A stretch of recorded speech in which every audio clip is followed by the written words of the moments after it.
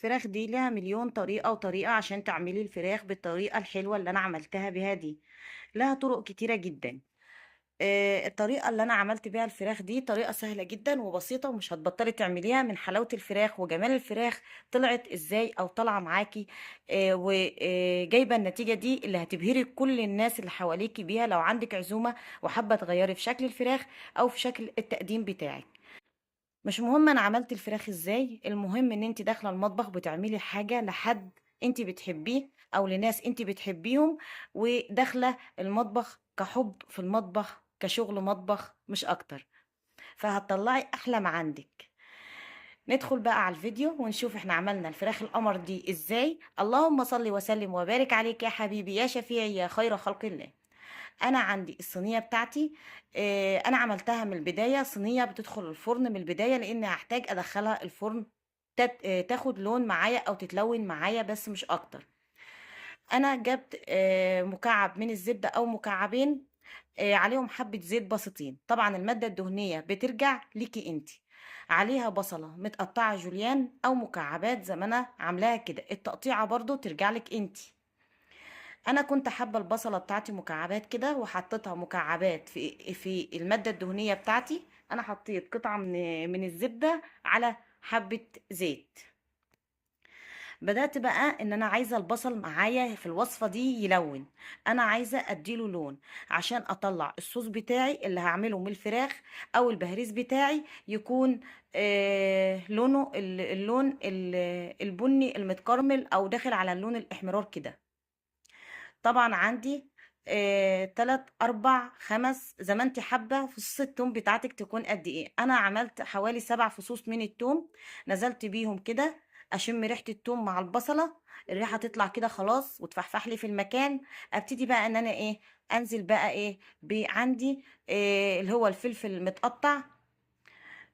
عندك فلفل الوان وحابه تحطي الالوان اوكي، فلفل سبايسي وحابه تحطي سبايسي اوكي، للناس اللي بيحبوا الاكله تكون حراقه وسبايسي معاهم. طبعا عندي فلفل سبايسي حطيته اهوت، وعندي فلفل اخضر وكان عندي فلفل احمر كنت مقطعاه. الموجود والمتاح، ما توقفيش نفسك على حاجه معينه. بدات ان انا انزل بقى بالفلفل ده، بس برضو مجرد ان هو يطلع الريحه بتاعته في الاكل في الزيت بتاعي كده او في الماده الدهنيه مع البصله. اشم بقى ريحه التوم وريحه الفلفل. بس كده خلاص، يبقى انا خلصت الايه الحاجات بتاعتي اللي انا حطيتها.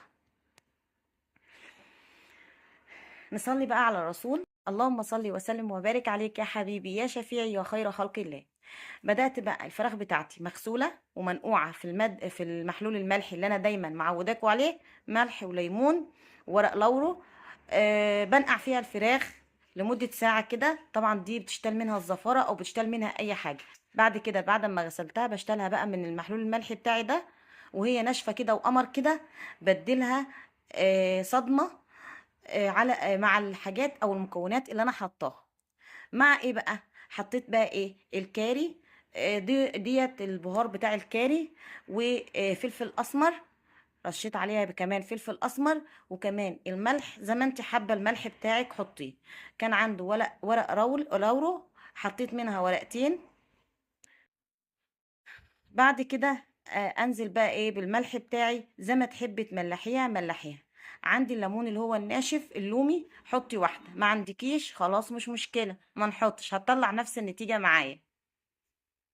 الاكله دي بالكاري هتودي الاكله دي في مكان تاني، هتبقى طعمها جميل جدا. ويا رب تعملوها زي ما انا قايله لكم عليها عشان تطلع الوصفه بالطعم اللي انا عايزه اوصله لكم او اقول لكم عليه. طبعا هحط الملح بتاعي حسب الرغبه. وبدات ان انا املح الفراخ بتاعتي. مين متفق معايا بقى لو داخل المطبخ بحب وبيعمل الاكل بحب هيطلع احلى اكل وهيبقى نفسه جميل جدا في الاكل. حبيبتي لو مبتدئه ما تخافيش، لو متجوزه جديد واول مره تدخلي المطبخ ادخلي. انت لو بتعشقي شغل المطبخ او بتحبيه، بتحبي انك تطلعي وصفات جميله، بتحبي انك تعملي اكل للناس انت اصلا بتحبيهم، اكيد عايزه تاكليهم احسن حاجه وعايزه تعملي لهم احسن حاجه، فهتطلعي من تحت ايدك احسن شغل واحسن اكل ممكن تعمليه. فلو مبتدئة ما تخافيش، ادخلي وبشجعك جربي. الأكلة عمرها ما هتفشل معاكي لو بادئة بالتكنيكات الصح أو ماشية بالمواصفات الصح معاها. عمر أكلة ما هتطلع بايظة معاكي. فجربي وجربي قلبك، ما تخافيش. وانا عارفه طبعا ان كل متابعيني مش محتاجين ان انا اقول لهم الكلام ده. متابعيني ناس محترمين، شاطرين، يعني بصراحه ما شاء الله عليهم. لو لسه اول مره بقى تشوفي القناه بتاعتي وما عملتليش اشتراك وما انضمتيش في القناه بتاعتي، اشتركي بقى وانضمي عشان يوصلك كل جديد في القناه بتاعتي وكل فكره انا بقولها او افكار جديده. طبعا الفراخ لها اكتر من طريقة وطرق كتير جدا، يعني انك تعملي الفراخ بطرق كل وصفة وكل اكلة لها طرق كتير جدا. فدي وصفة من الوصفات اللي هتعشقيها في الفراخ ومش هتبطلي تعمليها. طبعا الفراخ اتصدمت معايا مع المكونات اللي انا حطاها، او اخدت لون معايا. ببتدي بقى ان انا اشتلها في طبق تاني. هنزل بقى بطماطم متقطعة معايا مكعبات على نفس الحاجة بتاعتي وعلى نفس المواد الدهنية بتاعتي والحاجات اللي انا حطاها، الفلفل والثوم والبصل. بنزل بقى بالطماطم دي واسيبها بقى ايه تتسبك. وكمان هنزل بزبدية، هحط بقى زبدية معايا وهسيب الزبدية ديت مع الطماطم ده وتتاخد بقى تسبيكة شوية كده. هغطي على الكلام القمر ده وهسيبه بقى شوية كده. اول ما احس ان الطماطم استوت معايا وخلاص نشفت وعملت صوص حلو كده، خلاص هنزل تاني بقى ايه بالفراخ بتاعتي. بعد ما عملت الكلام الحلو ده وحسيت انها استوت خلاص اهيت، كشفت عليها، حسيت ان خلاص الطماطم اتسبكت معايا وبقت قمر كده. هبتدي بقى عصرة ليمونة كده على المكونات الحلوة دي والزبداية والطماطم والكلام ده كله، وهبتدي بقى ان انا ارجع الفراخ لمكانها الطبيعي. صلوا بقى على الرسول، اللهم صل وسلم وبارك عليك يا حبيبي يا شفيعي يا خير خلق الله. ببتدي بقى ان انا ادي تقليبه وارجع الفراخ تاني لمكانها الطبيعي الاصلاني.